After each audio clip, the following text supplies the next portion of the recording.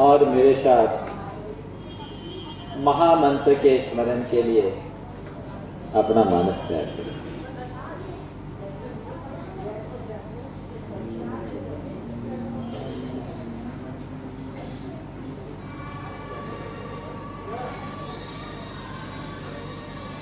नमो अरिहंता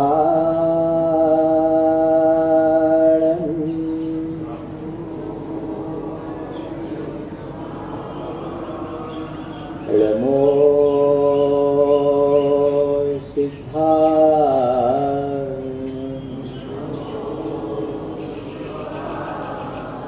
नमो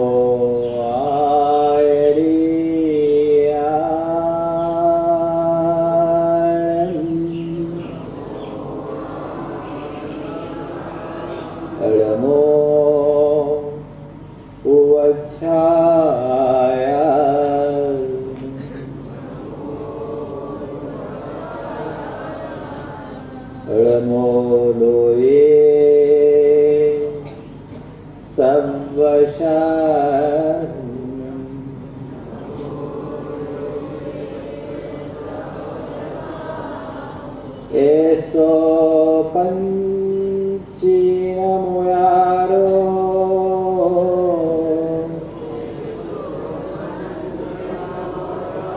savvapavakanashino mangalam cha savesim परमं ओ मंगलम। जय बोलो देवादिदेव एकाधराट श्री भगवान महावीर स्वामी की, अहिंसा परमो धर्म की, परम पूज्य आचार्य गुरुवर श्री विद्यासागर जी महाराज की, परम पूज्य मुनि श्री 108 प्रमाणकार जी महाराज की, परम पूज्य मुनि श्री 108 विराटकर जी महाराज की। एक युवक देहात के रास्ते में जा रहा था और खेत में काम करते हुए एक बूढ़े किसान से पूछा कि मुझे अमुक गांव जाना है, कितनी देर में पहुंचूंगा? सड़क पर चलते हुए युवक ने खेत पर काम करते हुए बूढ़े किसान से पूछा, मुझे अमुक गांव जाना है, कितने देर में पहुंचूंगा? उसकी बात सुन किसान मुस्कुराया और उसने कहा कि जिस तरफ तुम जा रहे हो सारी जिंदगी चलो तो भी नहीं पहुंच पाओगे। तुम जिस तरफ जा रहे हो सारी जिंदगी चलो तो भी नहीं पहुंच पाओगे, और यदि अपना मुंह फेर लो तो 1 घंटे में पहुंच जाओगे, क्योंकि तुम विपरीत दिशा में चल रहे हो। विपरीत दिशा में मनुष्य चाहे कितना भी पुरुषार्थ करे, वह अपने मंजिल तक नहीं पहुंच सकता, और सही दिशा में किया गया छोटा सा पुरुषार्थ भी हमें बहुत बड़ा फल प्रदान कर देता है। हम चल रहे हैं, किस दिशा में चल रहे हैं, हमें ये सोचने की बात है। हम भगवान महावीर की बात करते हैं, क्या हम भगवान महावीर के रास्ते पर चल रहे हैं? हमारी दिशा क्या है?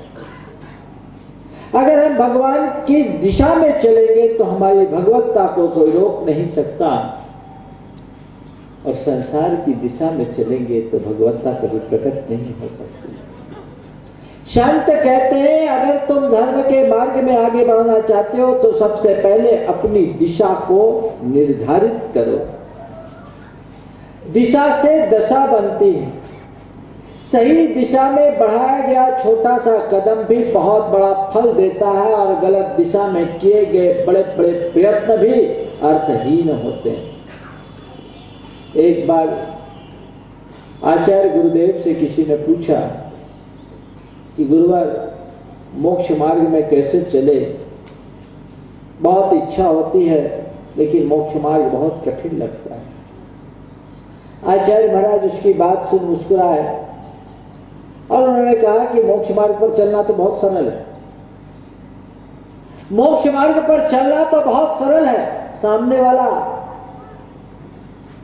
आश्चर्य में पड़ गया कि ऐसे सरल, हमें तो बहुत कठिन लगता है। आचार्य जी ने कहा नहीं, बिल्कुल सरल है, कोई कठिन नहीं। बोले कैसे? बोले जिधर मुंह है उधर पीठ कर लो, और जिधर पीठ है उधर मुंह कर लो। समझ में आया? जिधर मुंह है उधर पीठ कर लो, और जिधर पीठ है उधर मुंह कर लो। बस मुंह मोड़ते ही हमारी दिशा बदल जाएगी, और दिशा बदलेगी तो दशा बदल जाएगी। सब कुछ बदलना सरल है, पर दिशा बदलना बहुत कठिन है। जिन लोगों को विषय कषाय और भोग विलास के साधन ही रुचिकर लगते हैं, जो भोगवादी मनोवृत्ति से ग्रसित हैं, वे कभी भी अपने जीवन की दिशा को परिवर्तित करने के लिए उत्साहित नहीं होते। और जब तक उनके भीतर ऐसा परिवर्तन घटित नहीं होता, तब तक वे अपने जीवन का उद्धार भी नहीं कर सकते। जन्म जन्मांतरों का संस्कार कुछ ऐसा मनुष्य के ऊपर पड़ गया है कि उसे संसार और संसार के सुख ही रुचिकर लगते हैं। यद्यपि उसके बार बार का अनुभव उसे बताता है कि जिनके पीछे मैं पागल हो रहा हूं उसमें सार नहीं है, फिर भी उस निस्सार अर्थहीन तत्व के पीछे वो अपनी जिंदगी की सारी शक्ति समर्पित कर देता है, और जो सारवान सार्थक तत्व है उसकी तरफ उसकी दृष्टि ही नहीं जाती। निस्सार को निस्सार समझकर सार का सत्कार करो, तभी तुम्हारे जीवन का उद्धार होगा। लेकिन अभी दृष्टि अलग है। जैसे सूप होता है, सूप का काम क्या है? सार सार को गही रहे, थोता दे उड़ाए। सूप सार को संग्रहित करता है और थोते को उड़ा देता है। लेकिन ऐसा कौन कर सकता है जिसे सार और असार की पहचान है, जिसे पता है कि अनाज पुष्टिदायक है और भूसा बेकार है। भले भूसे के कण बड़े दिख सकते हैं, भूसे के कण में चमक दिख सकती है, लेकिन बड़े और चमकदार होने के बाद भी वे पुष्टिदायक नहीं होने से सारहीन है। इसलिए समझदार आदमी जब अपने सूपे से फटकने की क्रिया करता है तो असार को बाहर निकालता है और सार को संग्रहित कर लेता है। लेकिन किसी अज्ञानी बच्चे के हाथ में वो सूपा दे दिया जाए तो पता लगा सार सार अनाज तो नीचे गिरा दिया और असार असार भूसा अपने सूपे में भर लिया। देखो आज तुम्हारे सूपे में क्या है, पहचान करो कि तुम्हारे सूपे में क्या है, सार है कि असार। यदि तुम्हारे भीतर संतुष्टि, यदि तुम्हारे भीतर आनंद है, यदि तुम्हारे भीतर शांति है, तो तुम मान करके चलना कि मेरे जीवन के सूप में सार है, नहीं तो सब बेकार है। क्या है बोलो? है शांति, है संतुष्टि, है आनंद? महाराज नहीं है। डायरेक्शन बदलो। डायरेक्शन बदलने को भी राजी नहीं। मनुष्य की स्थिति बड़ी विचित्र है। अपनी दशा का रोना भी रोता है और दिशा बदलना नहीं चाहता। यही मोह है, यही आसक्ति है, यही मूर्छा है जो मनुष्य को जानकर भी अनजान बना देती है। इस मोह मूर्छा और आसक्ति को तोड़ने के लिए प्रबल पुरुषार्थ चाहिए। ज्ञान होने के उपरांत भी व्यक्ति अपने जीवन को परिवर्तित करना नहीं चाहता। अज्ञानी यदि संसार में भटके तो बात समझ में आती है, ज्ञानी भी यदि संसार में भटकता है तो बड़ा आश्चर्य होता है।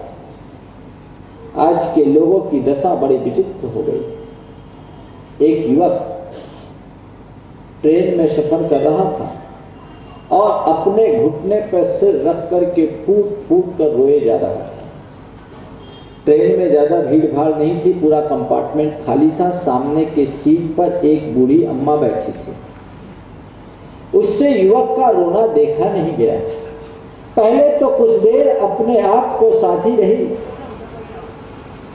फिर उसने पूछा कि बेटा क्या बात है, तेरे ऊपर कौन सी विपत्ति आ पड़ी है जो तू इतना ज्यादा रो रहा है, बता तो सही।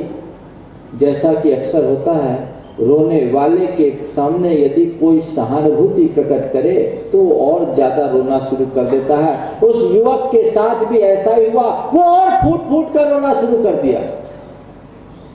अब उस बुढ़िया से रहा नहीं गया, वो अपने स्थान से उठी। उस बुढ़िया से रहा नहीं गया, वो अपने स्थान से उठी, प्यार से उसके बाल और गाल को सहलाई, पुचकारते हुए उसे कहा कि बेटे बता तो सही, तेरे ऊपर आखिर ऐसी कौन सी विपत्ति आ पड़ी है। मुझे तेरा ये रोना नहीं देखा जाता, तू बता, तू मुझे अपनी मां समझ, मैं तेरा हर संभव तेरी मदद करूंगी। इतना कहा तो उस युवक ने धीरे से अपनी गर्दन उठाई, बुढ़िया को देखा और वापस घुटने पर सिर रखकर और फूट फूट कर रोना शुरू कर दिया। अब क्या था, अब तो बुढ़िया भी उसके साथ रोने लगी। और अब की बार बुढ़िया ने उसे हिलाते हुए कहा कि बेटा देख, तू बता, तुझे मेरी सौगंध है, आखिर तेरे ऊपर ऐसी कौन सी विपत्ति आ पड़ी है जो तू ऐसा रो रहा है। जब बुढ़िया ने उसे झकझोर कर हिलाया तो धीरे से गर्दन उठाकर उसने कुल इतना ही कहा, कुछ नहीं अम्मा, क्या बताऊं, मैं गलत गाड़ी पर बैठ गया, मैं गलत गाड़ी में बैठ गया। बुढ़िया ने कहा, अरे बेटे गलत गाड़ी में बैठ गए हो तो रोने से क्या फायदा, अगले स्टेशन पर उतर जाना और गाड़ी बदल लेना। उसने कहा, अरे अम्मा ऐसा तो मैं भी सोच रहा हूं, पर क्या बताऊं, आजकल रिजर्वेशन का जमाना है, मेरे पास टिकट है नहीं, सोचता हूं उतर जाऊंगा तो ठीक, अगली गाड़ी में ऐसा खाली डब्बा मिलेगा कि नहीं मिलेगा, इसलिए खाली डब्बा का मोह मुझे यहाँ रोका है। आज के लोगों की यही दशा है, सबको पता है कि गलत गाड़ी में बैठे हो, पता है कि नहीं है, रो भी रहे हो, संत कहते हैं भैया गाड़ी बदल ले, अरे महाराज ये जो डब्बा है इसको कहां खाली करोगे। ये उलझन जब तक बनी रहेगी तब तक जीवन का कल्याण असंभव है। इसलिए जीवन की सच्चाई को समझते हुए सही दिशा में चलने का प्रयत्न होना चाहिए। यदि हमने एक बार अपनी दिशा सही बना ली तो फिर हमें ज्यादा कुछ सोचने की जरूरत नहीं। मोक्ष मार्ग की शुरुआत सम्यक दर्शन से होती है। सम्यक दर्शन का मतलब क्या है? आप लोगों ने सम्यक दर्शन की शास्त्रीय व्याख्याएं, विवेचनाएं और परिभाषाएं खूब सुनी होगी, लेकिन सम्यक दर्शन की सबसे सही और सरल व्याख्या, परिभाषा इतनी है, सही दृष्टि। सही दृष्टि मतलब सही दिशा की ओर चलने का लक्ष्य। तुम देखो अपने जीवन की दिशा तुमने क्या तय की, तुम्हारी दृष्टि में क्या है। भोग और विलासता तुम्हें प्रिय लगते हैं कि त्याग और तपस्या तुम्हें रुचिकर दिखते हैं। तुम किसे पसंद करते हो, किस दिशा में आगे बढ़ना चाहते हो। जब तक तुम्हें भोग और विलासता के साधन रुचिकर लगते रहेंगे तब तक तुम सम्यक दृष्टि कहलाने लायक नहीं होगे। तुम चाहे सम्यक दर्शन की कितनी भी चर्चाएं क्यों न करो, तुम्हारे भीतर सम्यक की किरण भी नहीं फूट सकेगी। पहले दृष्टि में ये आना चाहिए कि ये सब चीजें मेरे लिए हे है। कल मैंने भरत चक्रवर्ती की बात आप सबसे की थी कि एक सम्यक दृष्टि संसार में रहता है, लेकिन उसके भीतर विरक्ति का भाव होता है। सम्यक दृष्टि भाव नित्यम ज्ञान वैराग्य शक्ति। सम्यक दृष्टि के हृदय में ज्ञान और वैराग्य की शक्ति होती है, जिसके बल पर वह अपने जीवन का सफर तय करता है, जिसके माध्यम से वह अपने साधना के पथ पर आगे बढ़ता है। तुम्हारे भीतर वो दृष्टि उद्घाटित हुई है कि नहीं। मैं आप सबसे कह रहा था कि कई बार लोग कहते हैं कि महाराज, आज मुझसे एक युवक ने प्रश्न किया कि महाराज श्री आप कहते हैं कि सम्यक दृष्टि के भीतर वैराग्य होना चाहिए और उसका अशुभ राग कमतर होना चाहिए, पर देखने में आता है कि बहुत सारे सम्यक दृष्टियों के जीवन में राग का अतिरेक दिखता है। आखिर बात क्या है? बिल्कुल सही, हमारे आचार्यों ने जो सम्यक दर्शन की विवेचना की वो अलग अलग भूमिकाओं को रखकर, दृष्टि में रख करके अलग अलग स्तर से की। आचार्य कुंद ने जब हमसे कहा कि तुम अपनी दृष्टि को सम्यक दृष्टि मानो, तुम्हारी दृष्टि को मैं सम्यक दृष्टि तब मानूंगा जब तुम अपने आप में केंद्रित हो जाओगे, जब तुम्हारी दृष्टि में तुम्हारे अलावा कुछ नहीं होगा, केवल तुम राग द्वेष से रहित एकदम शुद्धा परिणति जब तुम्हारी होगी तब तुम सम्यक दृष्टि होगे। ये भूमिका किसकी है पता है? ये भूमिका वीतरागी मुनि की, साधारण मुनि के जीवन में भी नहीं होती, और ये भूमिका केवल एक अंतर मुहूर्त के लिए होती है, और उस अवस्था को जिसने प्राप्त कर लिया केवल ज्ञान हो गया। आदिनाथ से लेकर के महावीर तक और आज तक जितने भी महान आत्माओं ने मुक्ति की उपलब्धि की है वे इसी भूमिका में आरूढ़ होकर के किए। आत्मा का आत्मा के साथ केंद्रीकरण, आचार्य कुंद की भाषा में वो है निश्चय सम्यक दर्शन, यानी जैसी मेरी दृष्टि है उसी में हम स्थिर हो गए, पर से कोई संबंध नहीं। आचार्य कुंद कहते कि तूने स्व और पर को जाना, और जानने के बाद भी यदि तेरी पर में तत्परता है तो तूने पर को पर जाना ही नहीं, तेरी बातें फर्जी। पर को पर जानने पर भी यदि तुम उसमें तत्पर हो तो तुम्हारी बातें फर्जी है, वो सार्थक नहीं। इसलिए जब वो समय सार की बात करते हैं तो बहुत उच्च भूमिका की बात करते हैं। वे कहते देख, आत्मा में डूबने के लिए राग का एक परमाणु भी बाधक है। राग का एक परमाणु भी यदि तुम्हारे भीतर जीवित है तो तुम शुद्ध केवली के बराबर ज्ञानी क्यों ना हो, हमारी दृष्टि में अज्ञानी हो। ये कौन कह रहा है? आचार्य कुंद कह रहे, मैं नहीं कह रहा। वे कहते हैं कि परमाणु प्रमाणम पिहु रागादीनम तो विद्यते जस्सा नविशो जानदी अप्पा नेम सव्वागम धरोपी अपान मयानंतो अपनपयम चाविशो अयानंतो की हो दिसम दिट्ठी जीवा जीवे अयानंतो। जो आत्मा को नहीं जानता वो अनात्मा को नहीं जानता, और आत्मा और अनात्मा को नहीं जानने वाला सम्यक दृष्टि कैसे हो सकता है, चाहे वो सर्वागम का ज्ञान नहीं हो, शुद्ध केवली भी क्यों ना हो। शुद्ध केवली जिसके सानिध्य में रहने वाले को क्षणिक सम्यक दर्शन हो जाए, और आचार्य कुंद उसके सम्यक दर्शन को चैलेंज कर रहे। केवल आचार्य कुंद ही ऐसा कर सकते। वो कहते हैं कि मैं जहां की बात कर रहा हूं ये बहुत ऊंचाई की बात है, ये तुम नहीं समझ सकते, ये तुम्हारे लिए है ही नहीं। ये निरुपराग दशा की परिणति। समय सार में जब भी सम्यक दर्शन की बात है तो वो पूर्ण वीतरागता का नाम है, और ये पूर्ण वीतरागता केवल वीतरागी मुनियों को होती है, क्योंकि वीतरागता वीतराग चारित्र का अविनाभावी है। यानी जो वीतराग चारित्र के धारक होंगे उनको ही ये शुद्धोपयोग हो सकेगा। नीचे की भूमिका में ये कतई संभव नहीं। मैंने आचार्य कुंद के वांग्मय को जब पढ़ा तो देखता हूं कि एक तरफ वो कहते हैं कि एक परमाणु बराबर राग भी तुम्हारे सम्यक दर्शन में बाधक है,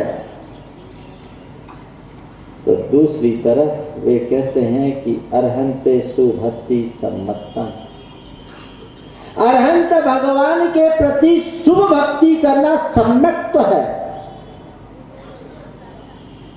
आप बात को समझ रहे हैं? जो एक और राग को संसार का कारण बताते हुए उस राग के सद्भाव में सम्यक का अभाव बता रहे हैं, और वहीं अरहंत भगवान के प्रति राग मूलक भक्ति को सम्यक दर्शन बता रहे हैं। परस्पर विरोधी बातें हैं, हम सुने तो हमें विरोधी दिखती है, लेकिन आचार्य कुंद ने अलग अलग भूमिका में अलग अलग उपदेश दिया। उनकी दृष्टि अनेकांतात्मक है, पात्र को देखकर उपदेश दिया जाता है।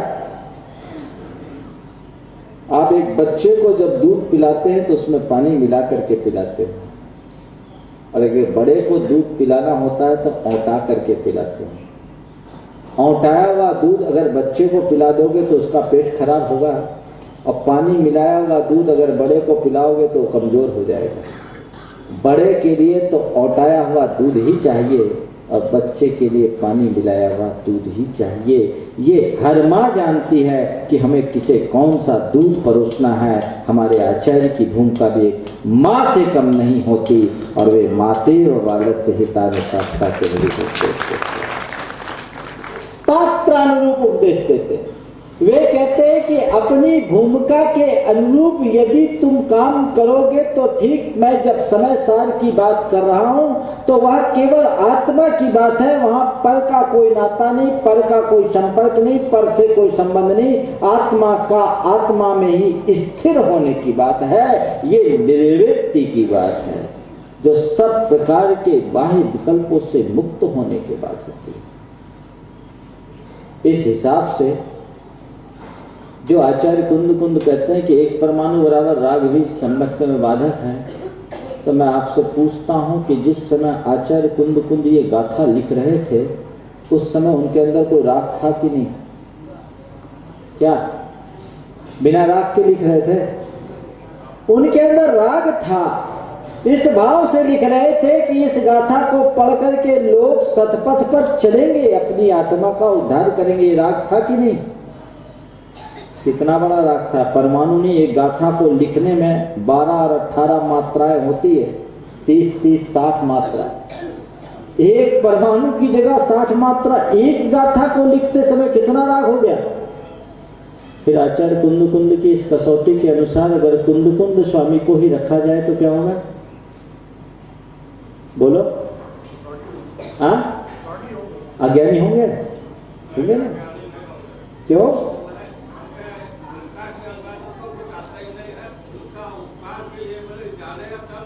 बिल्कुल बिल्कुल, वही तो कह रहे कि एक परमाणु भी रहेगा तो तुम अज्ञानी हो, और यहां पर परमाणु नहीं है, मनो है।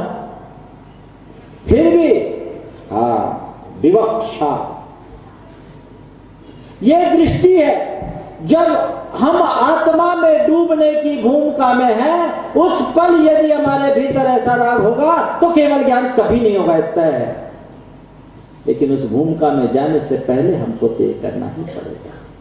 इसलिए कहते अरहंते सुभक्ति सम्मतम, अरहंत भगवान के प्रति सुभक्ति का नाम सम्यक दर्शन।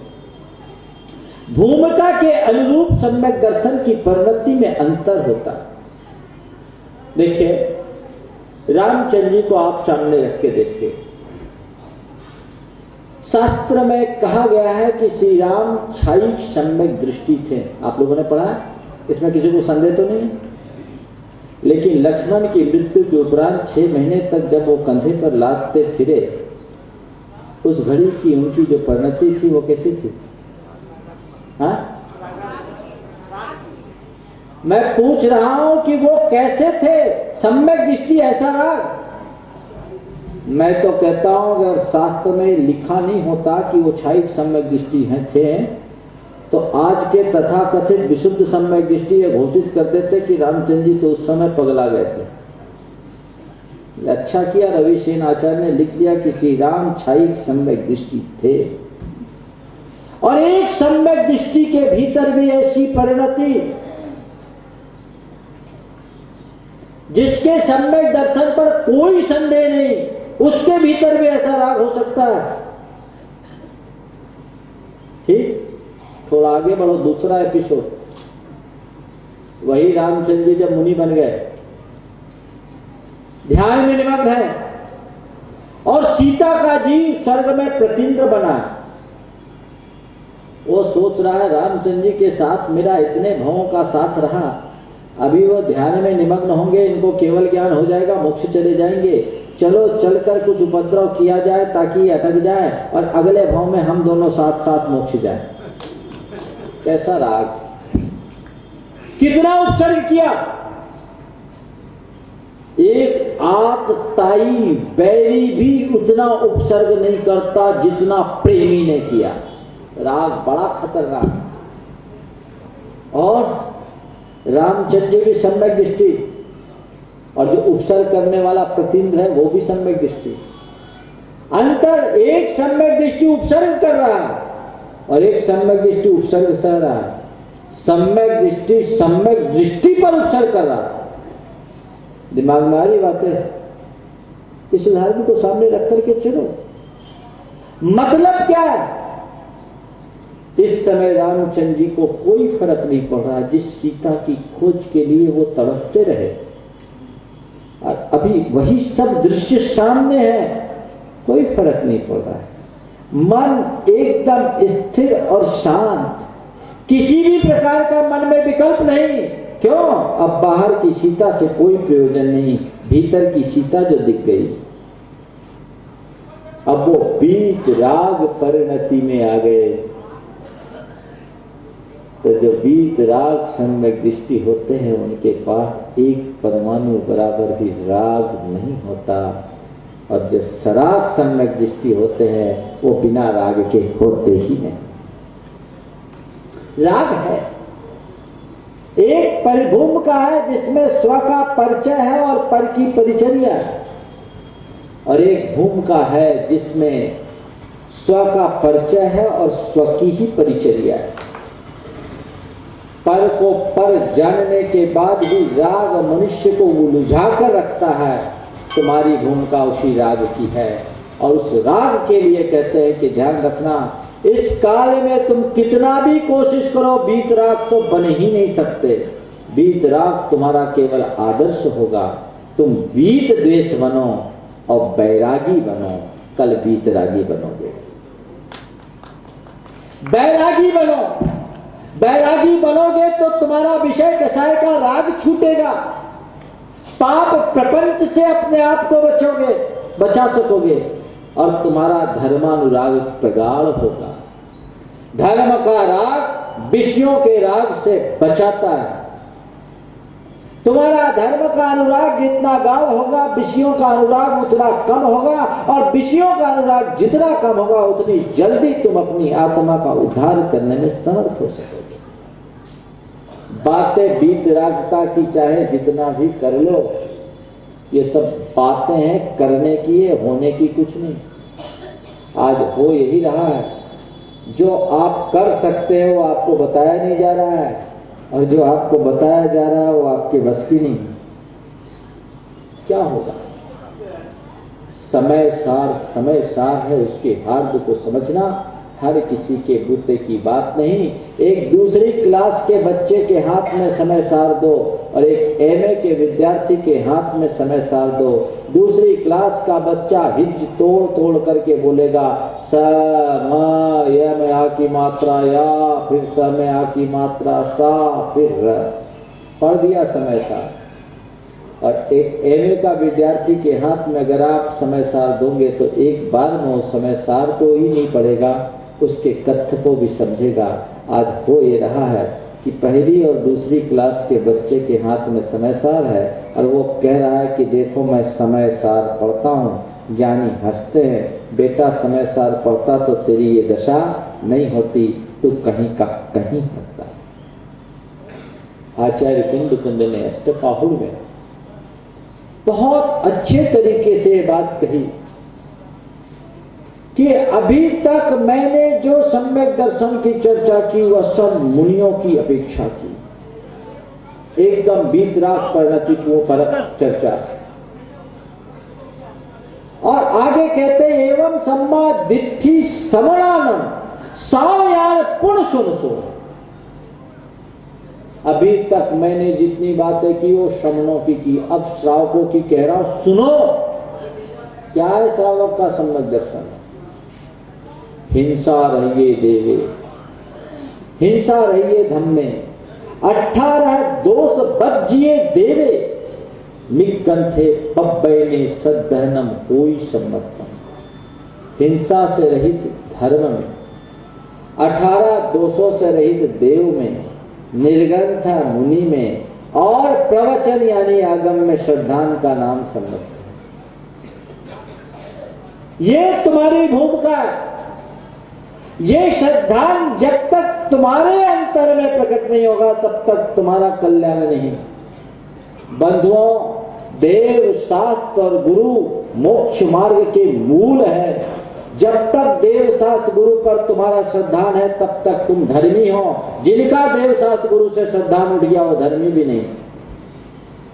आचार्य कुंद तो कहते हैं कि अमरान बंदियानम रूवन डठून शील सह्यानम जे गारवम करेंती जिन धम्म विभज्जिया होती। कि देवों के द्वारा बंधनी शील सहित मुनियों के रूप को देखकर जो अभिमान करते हैं वे जिन धर्म से बहिर्भूत हैं, उसको मिथ्या दृष्टि तक कह दो। जाय रूप रूवम डठून जो न मन है मच्छरियो सो संजम परिवन्नो मिच्छा इट्ठी अवधिये। कि यथा जात रूप को धारण करने वाले मुनियों को देख करके भी मात्सर्य से जो भर जाते हैं और उनकी मान्यता नहीं करते हैं वे संयम के विरोधी हैं और मिच्छा इट्ठी हवदिये सो। ये मैं नहीं कह रहा हूं, आचार्य कुंद कह रहे हैं। लेकिन बंधुओं, आज के युग में कैसा कैसा उपदेश दिया जाता है। आज एक बहन मेरे पास सुबह बैठी, ये बड़ी एक प्रकार की आप लोगों के लिए वेदना की बात है। सुबह चर्चा में कही, बोले महाराज श्री मेरी तो आंखें खुल गई, मैं पूना में थी, मुझे एक शास्त्र प्रवचन कर्ता ने कहा कि आज के मुनि लोग सब नरक जाएंगे और तुम मुनियों के पास जाओगी तो तुम भी नरक जाओगे। क्या उपदेश है? कहां जा रहे हैं आप? विचार करो, ये कैसा उपदेश, ये कैसा दृष्टिकोण। नियम दिया जाता है कि मुनि महाराज लक छुलक कारिकाओं के पास मत जाओ। मोक्ष मार्ग कहां रहेगा? कहां रहेगा? मैंने कहा ऐसा इसलिए कहा जाता है क्योंकि वो मुनि बन नहीं सकते हैं, और मुनि बन नहीं सकते और तुम मुनियों को मानने लगोगे तो उनकी दुकान कहां से चलेगी। अपनी मान्यता बनाए रखने के लिए ये इस तरह के पंथवाद का जहर फैलाना समाज में घोर अपराध है। बंधुओं, आप सबसे मैं इतना ही कहना चाहता हूं, अपनी आंखें खुली रख करके रखना, आंखें बंद मत करना। दुर्लभ मनुष्य पर्याय तुम्हारी थोड़ी सी चूक के कारण तुम्हारे अहित का कारण न बन जाए। तुम देखो कहीं तुम अपने किसी व्यामोह में फंसकर ग्रहित मिथ्यात्व के पोषक तो नहीं बन रहे हो। यदि तुम्हारे पास किसी भी प्रकार का एकांत है या आगम के विरुद्ध प्ररूपणाएं हैं तो तुम तय मान करके चलना कि सम्यक दर्शन की भूमिका से बाहर हो, और जो सम्यक दर्शन की भूमिका से बाहर है उसका कभी कल्याण नहीं होता। मेरे तेरे की बात भूल जाओ, मूल बात को समझो कि मार्ग क्या है। हमारा आगम क्या कहता है कि पंचम काल के अंत तक मुनिराज होंगे, अरिका होगी, श्रावक होंगे, श्राविका होंगे, चतुर्वेद संग होगा, और उसके बाद भी तुम्हारे पास पैमाना क्या है सम्यक दृष्टि और मिथ्या दृष्टि का। ये तो दिव्य ज्ञानियों का ही विषय है। हमारी दृष्टि में केवल चर्या और क्रिया होनी चाहिए। ये हर काल में होती आई है और आगे भी होते रहेगी। इसलिए बंधुओं, ऐसी बातों को सुनकर कभी गुमराह मत होना, कभी भ्रमित मत हो जाना। आजकल ऐसा जहर पिलाया जा रहा है, तरह तरह की बातें तरह तरह से प्रस्तुत किए जाते हैं। एक व्यक्ति ने कहा कि महाराज मुझसे कहा गया कि मुनि महाराज लोग मंदिर बनवाते हैं, इसलिए महाराजों के पास नहीं जाना। हमने कहा भैया मुनि महाराज क्या खुद खड़े होकर मंदिर बनाते हैं? जितने हमारे अतीत के मंदिर बने और मूर्तियां बने, क्या मुनियों के उपदेश के बिना बने? चामुंड राय के सद्भाव के अभाव में नेमीचंद के पास नेमीचंद आचार्य के सद्भाव के अभाव में क्या चामुंड राय के पास ताकत थी बाहुबली भगवान को बनाने की? ध्यान रखना, बाहुबली के निर्माण में चामुंड राय का धन लगा है और नेमीचंद आचार्य की साधना, तब इसमें ऐसा अतिशय प्रकट हुआ जो 1100 साल से अपने दिगंबरत्व की यशो गाथा को गा रही। जब आप जैन शिलालेखों को पढ़ोगे तो महान महान आचार्यों की प्रेरणा से बड़े बड़े मंदिर बने, गुफाएं बने। आप अभी राजगृही जाओगे तो राजगृही में सोन भंडार है, वहां गुफाएं, बहुत उत्तम कोटि की गुफा। उस गुफा में एक शिलालेख लिखा है जिसे जिनभद्र मुनिराज ने बनवाया था अपनी प्रेरणा से। साधु जिन शासन की उन्नति करने वाले होते हैं, आचार्य जिन शासनोन्नति करा, आचार्य जिन शासन की उन्नति करते हैं और जिन शासन की उन्नति में ये सारे अंग हैं, उनका उपदेश नहीं तो क्या होगा? तुम पाठ पढ़ाते हो मुनियों को, क्या करना चाहिए? तुम खुद तो देखो क्या कर रहे हो। ध्यान रखो, साधु अपने परिणामों का प्रहरी होता है और जो अपने परिणामों का प्रहरी होता है वही साधु हो पाता है। उसे पता है मेरा किस में हित है और किस में अहित है, इसलिए बहुत सोच समझ करके काम करता है। साधु के लिए तो कहा गया आगम चक्षु साहू, आगम ही साधु की आंख है और सही साधु कभी आगम की उपेक्षा करके नहीं चलता। वो अपनी भूमिका के अनुरूप यदि उपदेश देकर समाज को आगे बढ़ाता है तो इसमें किसी भी प्रकार की कोई कमी नहीं, अपितु समाज की भलाई ही है। आज ये समाज का दुर्भाग्य है कि आज के ये पूरा का पूरा जिन शासन कई कई पंथों में और मतों में भटका जा रहा है। पंथ और मत से भी तब तक कोई दिक्कत नहीं जब तक पंथवादी मनोवृत्ति प्रकट ना हो। आज पंथ मुख्य होता जा रहा है, पथ गौण होता जा रहा है। लोग जानते समझते हुए भी अपने पंथों के आग्रह से अपने आप को मुक्त नहीं कर पा रहे हैं। ये जीवन की एक बहुत बड़ी विडंबना है। ऐसी विडंबनाओं से अपने आप को बचा करके चलना और एक बात जीवन में ध्यान में रखकर चलना कि मेरे धर्म का मूल साधन देव शास्त्र और गुरु के माध्यम से ही है। जिसका देव शास्त्र गुरु पर श्रद्धा नहीं, उसका तत्व पर कभी श्रद्धा नहीं हो सकता। तत्व के प्ररूपक पर जिसका श्रद्धा नहीं, उसका तत्व पर क्या श्रद्धा होगा? तत्व के अनुपालक पर जिसका श्रद्धा नहीं, वो तत्व पर क्या श्रद्धा करेगा? और तत्व की विवेचना जिसमें उस पर श्रद्धा नहीं, तो वो तत्व का क्या श्रद्धा करेगा? मूल तत्व है, ये हमारा प्राण है, जिन शासन का प्राण है उसको आत्मसात करके चलोगे, निश्चित जीवन का उद्धार होगा। और यदि उससे विमुख हो जाओगे तो 3 काल में भी तुम्हारा कल्याण होने वाला नहीं।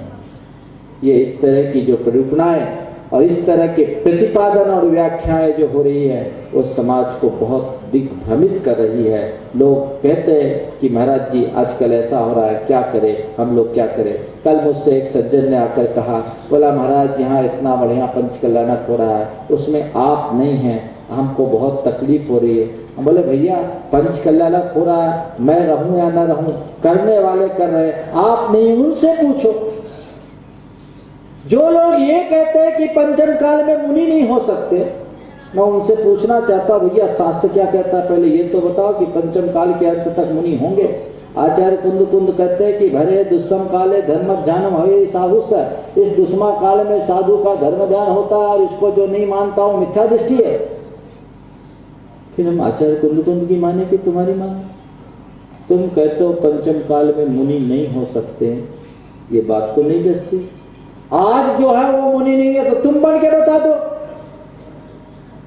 50 साल से अध्यात्म की विवेचना कर रहे हो, आज तक कोई मुनि पैदा क्यों नहीं हुआ? कैसा तुम्हारा भेद विज्ञान? अगर तुम्हारे भीतर वेद विज्ञान है तो तुम्हारे भीतर को मुनि प्रकट होना चाहिए। जिसके अंदर कोई व्रत संयम नहीं, आवृत्ति, उसको तो तुम गुरुदेव कह रहे हो। और जो 28 मूल गुणों का निरतिचार पालन कर रहे हैं, उनमें तुम्हें मुनि का रूप नहीं दिखता। क्या मतलब? मेरे पास कल एक सज्जन आए, बोले महाराज आप चलिए यहाँ पंचकल्याणक। बोले हमको ले जाकर क्या करोगे? महाराज दीक्षा कल्याणक आप चले। बोले दीक्षा कल्याणक में मैं चलूंगा, क्या करना है मुझे बताओ। महाराज आप प्रवचन देना। बोले प्रवचन देने के लिए मुझे वहां जाने की जरूरत नहीं, प्रवचन तो मैं ऐसे ही दे लेता हूँ। दीक्षा कौन देगा? वो हमारा पंडित देगा।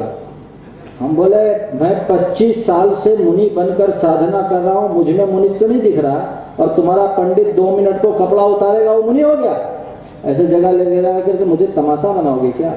झमेले में मत पड़ो, ना खुद पढ़ो ना मुझे पाड़ो। तुम्हारा कार्यक्रम शांति से हो रहा होने दो। मुझे ना उससे समर्थन है ना विरोध। ये कौन सा मार्ग?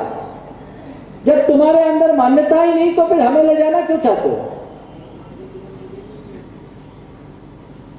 मार्ग को समझिए, और ये समाज को अच्छे तरीके से समझ लेने की जरूरत है कि ये जैन परंपरा का, दिगंबर परंपरा का चौथा पंथ है, स्वतंत्र पंथ है। लोग कहते क्या भेद है, क्या भेद है? समझो बहुत सारा भेद है। दिगंबरों में एक 13 पंथ, 20 पंथ, एक तारण पंथ, और ये चौथा पंथ है। 13 पंथ, 20 पंथ पूजा उपासना के भेद से हुआ, तारण पंथ मूर्ति पूजा के निषेध में हुआ, और ये चौथा पंथ निगुरों का पंथ, जो गुरुओं को न माने, कागज के गुरु को माने, चित्र के गुरु को माने, चरित्र के गुरु को न माने, वो चौथा पंथ है। ऐसी बातों से अपने आप को बचा के रखोगे तो तुम्हारा कल्याण है, तुम्हारी भलाई है, नहीं तो तुम अपने आप को भटकने से रोक नहीं सकते। हर जीव की अपनी अपनी होनहार होती है। आज मैं ऐसे बातें बहुत कम करता हूं, मुझे किसी भी प्रकार की पंथवादी बातों से कोई प्रयोजन नहीं रहता, लेकिन जब लोग अपनी दर्द भरी दास्तान सुनाते हैं तो मुझे लगता है कि समाज को दिशा नहीं देना एक अपराध होगा। जब उस बहन ने सुबह अपनी दर्द भरी बात कही तो मेरा मन व्यथित हो गया। आज वो कह के गई, महाराज आज मेरे मन का बोझ हल्का हुआ। ऐसे कितने लोगों के साथ हुआ? विचार करने की बात है। हमारा मार्ग को ठीक रीति से समझिए, सही दिशा में चलिएगा, निश्चित सही दशा को प्राप्त करेंगे, और गलत दिशा में जाएंगे तो हमारे जीवन का उद्धार नहीं होगा। समय आप सबका हो गया है, इसलिए मैं यहीं पर विराम दे रहा हूँ। बोलिए परम पूज्य आचार्य गुरुवर श्री विद्यासागर जी।